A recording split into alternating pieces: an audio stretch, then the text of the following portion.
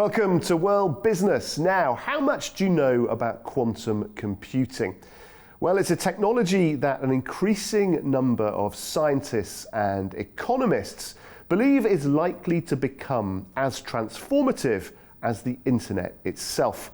Governments, technology giants, and investors are all pouring billions of dollars into what many see as the next great technological race.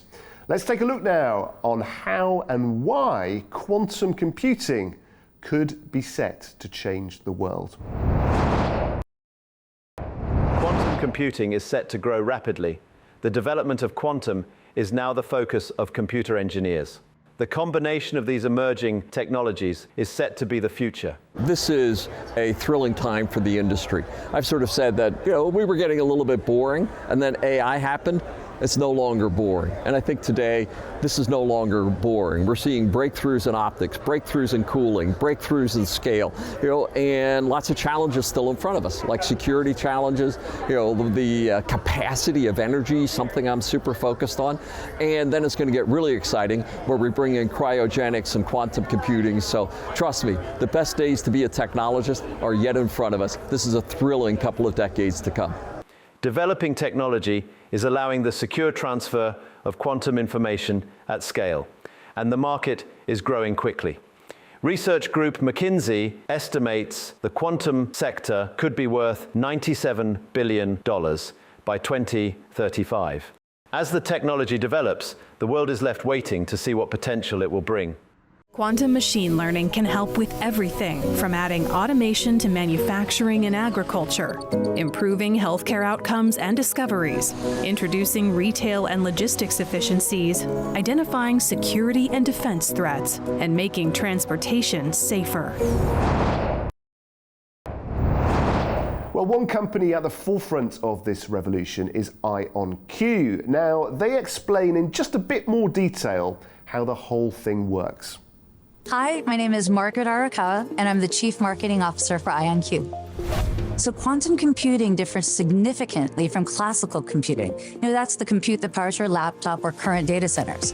A quantum bit, or qubit, enables parallel computation to process multiple possibilities simultaneously, while classical computing, at its lowest level, bits, it's linear and it executes one sequence at a time. This means that qubits scale in their computational capacity at a significantly higher rate than classical bits. Today, there are two primary ways to build quantum computers. Some companies have bet on synthetic qubits, building them out of solid-state systems like silicon superconducting circuits. But man-made synthetic qubits have inherent variations and imperfections, and this creates challenges in scaling, stability, and calibrating systems. Synthetic qubits also need to be cooled to near 0 Kelvin for them to be useful, and that's minus 460 degrees Fahrenheit. So cooling can be very costly and it requires massive amounts of space, which can be a huge impediment to deployability and scalability. IonQ's trapped ion technology uses lasers to zap electrons off of the natural atoms that we use. We create a positively charged ion and then take the charged ion, suspend it in a vacuum on a chip, and we use lasers for manipulation and use. IonQ uses natural atoms, which have the advantage of being perfectly identical, and the atoms remain stable for long periods of time. This is a huge advantage for building consistent systems and scaling qubit count. Trapped ion qubits are controlled and measured by lasers operating in free space, and they're not constrained by predetermined wiring configurations, which is the case with synthetic qubits. And this results in a high degree of connectivity for natural atoms. And what that means is, the more connected a qubit architecture is, the easier it is for programmers to write efficient algorithms and therefore applications. Well, I'm delighted to say that I'm joined now by the company's chairman and CEO, Niccolo de Masi. Niccolo, great to see you. Thanks so much for joining us. Okay, now there are some things that people already know about IonQ. Most people know you're the first pure play quantum computing company to go public. Many people know you've surpassed the $100 million revenue mark. Some people might even know a bit more about your technology, about the trapped ion system, meaning you don't need these huge refrigeration systems, a bit like IBM and Google do. But what about what we don't know? Tell us what we really ought to know about IonQ for people out there that perhaps haven't yet encountered the business. Tell us what we should know. IonQ is not only the longest operating quantum computing company in the world, but we're also the largest quantum company by every measure of size. We built the world's first quantum logic gate at the University of Maryland. Our founder did in 1995. That's actually a paper I remember reading as an undergraduate physics student at Cambridge University. And so today, what we're proud of is that our leadership has extended and continued decade after decade, quite relentlessly and continually. We just published actually at World Quantum Day in April earlier this year, the world's first shovel-ready, fault-tolerant blueprint showing how we're going to build the next 3 or 4 generations of our machines. And so we have these wonderful bookends where we really kicked off the quantum revolution in 95, but even in 2025 and 2026, we continue to push out the boat on technical progress and commercial progress. So today we are about a $25 billion market capitalization company on the NYSE. We had over 100 million of revenue last year. This year we're guided to double that again to 260, 70 million. We also have the most cash in the bank. We raised $3.5 billion just last year alone. We have the most PhDs. We have the most patents.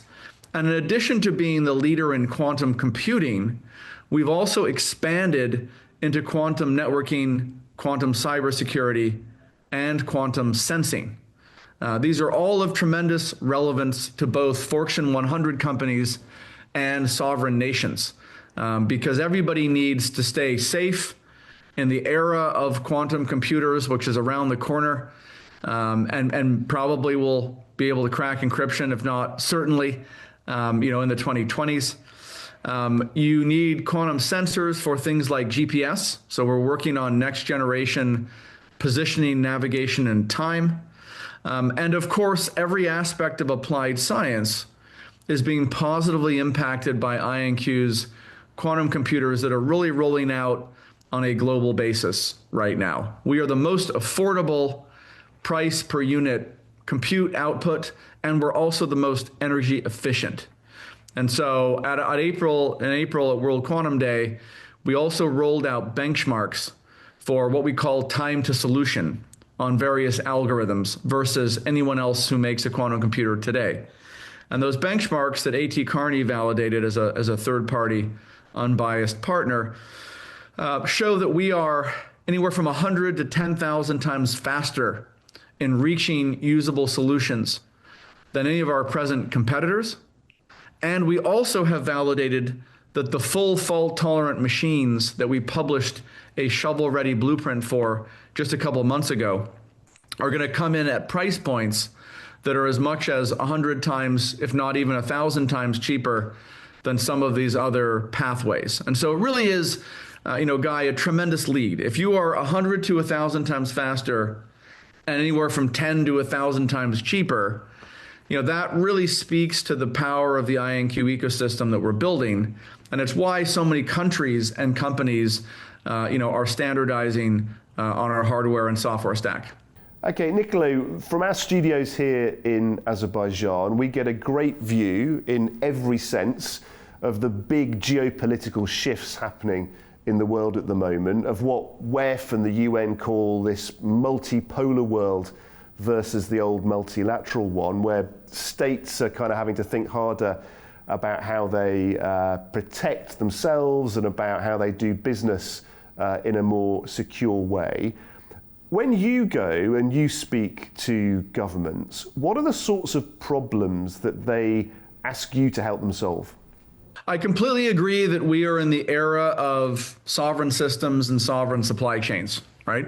And companies are thinking the same way. I mean, the reason why people are buying our quantum computers is they want control of the tasking, the experimentation, the research. They want to be first. They want to be ahead of their competitors, whether they're commercial or sovereign geopolitical competitors. We see a lot of enthusiasm from everything ranging from oil and gas sectors to shipping, logistics, to agriculture, to secure communications, to how we can accelerate, the green energy transition. We also see a lot of heat, if you will, on the demand side around, how we can support financial services, banking, data centers, and the cultivation of the next generation of, employment opportunities. Always is tip of the spear. Quantum is a brand new sector. And I always like to remind everyone that in addition to positively impacting every aspect of applied science, we're also only creating jobs here. We're actually not disrupting any jobs. And this is an important point, and I want to point out the distinguishment on is that, right now we're solving applied science problems with quantum computing that, will never be solved by classical GPUs. These problems take between a century and, a millennia to solve, using all the world's fastest classical GPUs. And so by definition, no one is resourcing those problems. There's no group of people working on things that will take, 10 human lifetimes, to play out, right? And so by definition, we are solving problems that are creating jobs, and we're keeping humans in control. This is also something that I find that nation states are intrigued by, is that we are not disrupting existing workflows or people. We're really computing the way you're used to it, where humans set the task, we set the machine to run an algorithm, the machine, conducts the material science or the energy grid optimization or the defense and intelligence or logistics optimization problem. And it doesn't do anything else. It doesn't try to go Skynet on you. It doesn't hallucinate. Also important, right? So I'm a firm believer, Guy, that we're going to look back on 2026 and 2036 the same way we look back on 2016 today, which is, 2016, NVIDIA was just a game company, and they made graphics processing units, and no one knew what they would do with those chips. But human ingenuity always finds uses for more computing power and different types of computing power in the case of our QPUs, quantum processing units. So for your nation, of course, we see tremendous opportunities for how you model reservoirs and reservoir placement in the oil and gas business. There's subsurface terrain analysis using our quantum sensors. There's secure communications for the military, for telco, and frankly, every bit of the economy.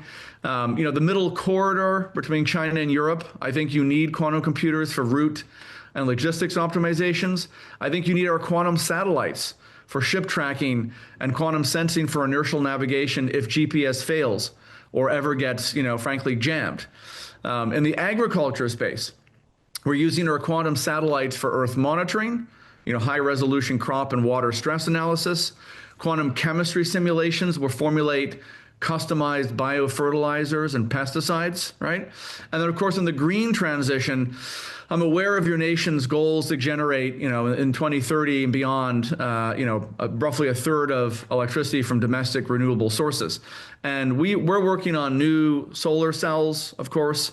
We're working on new battery technologies, right?